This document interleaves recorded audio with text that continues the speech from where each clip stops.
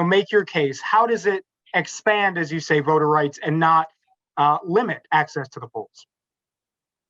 Yeah, well, look, the nuts and bolts of the bill, and we can talk about the details in it, but it makes it easy to vote and hard to cheat in Georgia. It's replacing the signature requirement with a voter ID requirement that's free in Georgia, by the way, secures drop boxes around the clock, make sure that our poll workers continuously count and tabulate all the ballots until they get finished on election night or running into the next day.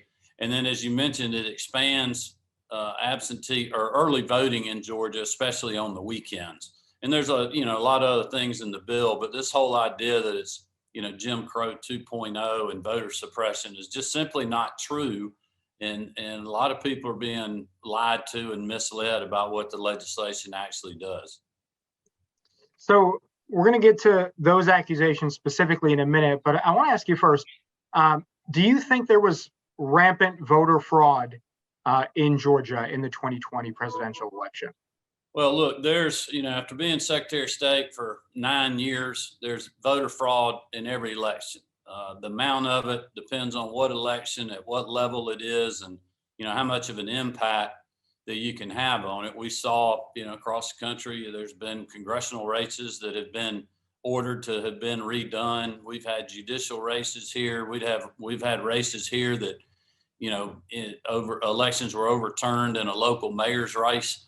So it happens. There was, I think, a couple of hundred cases that were reported to the Secretary of State's office. And I know that we made the GBI available to investigate those, but at the end of the day, he ended up certifying the election, and, we have the results that we have.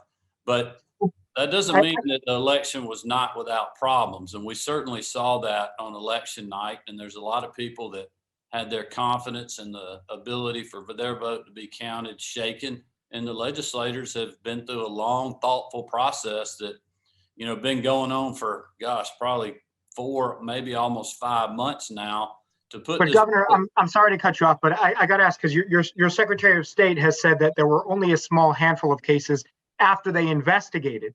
But a lot of this bill deals with what would be a large voter fraud problem. You've set up a hotline for fraud for people to report. Section 13A talks about changing the way the voting machines are done, as if there were a problem with voting machines. But it seems I like would agree with your statement a little bit about addressing, these voter fraud issues, because they're addressing a lot of the mechanics that happened on election day, and also putting security measures in place to make sure that fraud doesn't happen, like securing the ballot drop boxes, which before this election, by the way, and before I signed this bill into law, lawfully did not exist in the state of Georgia. We'd never used those before. That was done under the state of emergency that we were in, the health state of emergency, because of a global pandemic. And there was a lot of issues with the volume of absentee ballots by mail. I think it's important for people to know in prior elections, you've had, 5, at the most 10% of the votes that come in absentee by mail. This election, it was more like 40 or 50%. And a lot of that because of the pandemic, right? But in this bill, you limit the amount of drop boxes now because they can only be placed within like 2,600 feet of actual polling places. Well, so I would disagree with saying limit, because now we're requiring every county have at least one. And last election, you had some counties that didn't even use a drop box. So, I think it depends on what issue you're actually talking about. I'm talking about the fact, certainly, though, there are now going to be fewer drop boxes in places where people can deliver their ballots, right? Well, that's going to be the practical effect of this. Well, the practical effect is you're going to have drop boxes that are secured, unlike they were in the last election, even though they were supposed to be. There were supposed to be cameras on them watching them the whole time. Several of the drop boxes did not have those cameras, or they didn't function properly.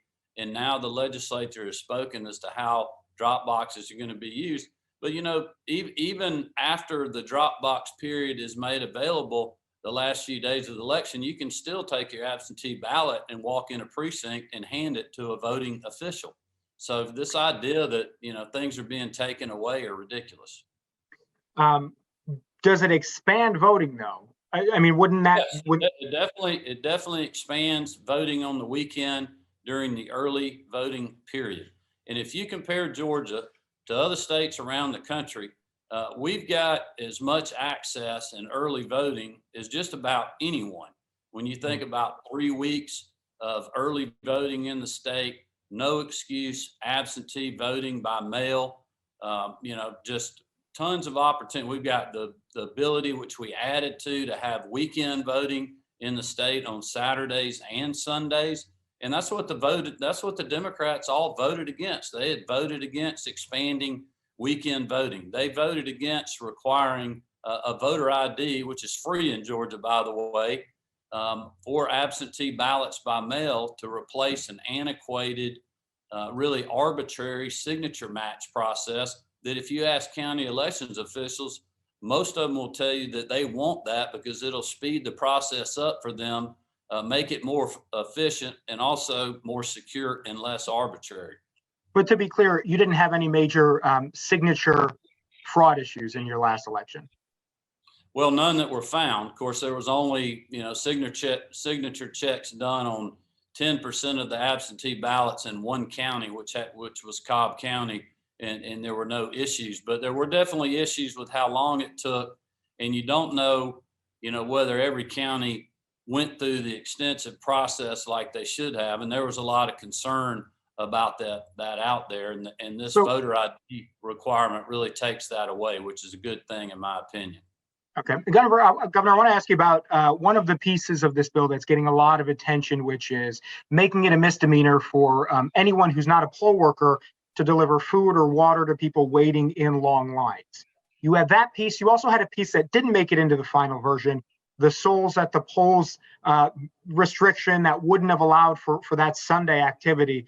How do those activities not directly impact voters of color? That's the argument. And it seems that most of these long lines that we were seeing were in areas where there were predominantly minority voting centers. Yeah, the question I would have is, why is that? Why are those voters being treated like that? They shouldn't be standing in line for 2 or 3 or 4 or 5 or 6 hours. The county should be running a more efficient process to get the voters through there. If you really read the bill and look at it, the legislature and the bill that I signed addresses that, increases the number of machines per capita at these precincts, requires the county, if they start having a long wait period, that they have to make changes to expand the amount of equipment and take some steps to move people through the line quicker so they don't need to be getting food or water. But all we're saying is voters can still bring food. They can still bring water if they think they're going to be in a long line.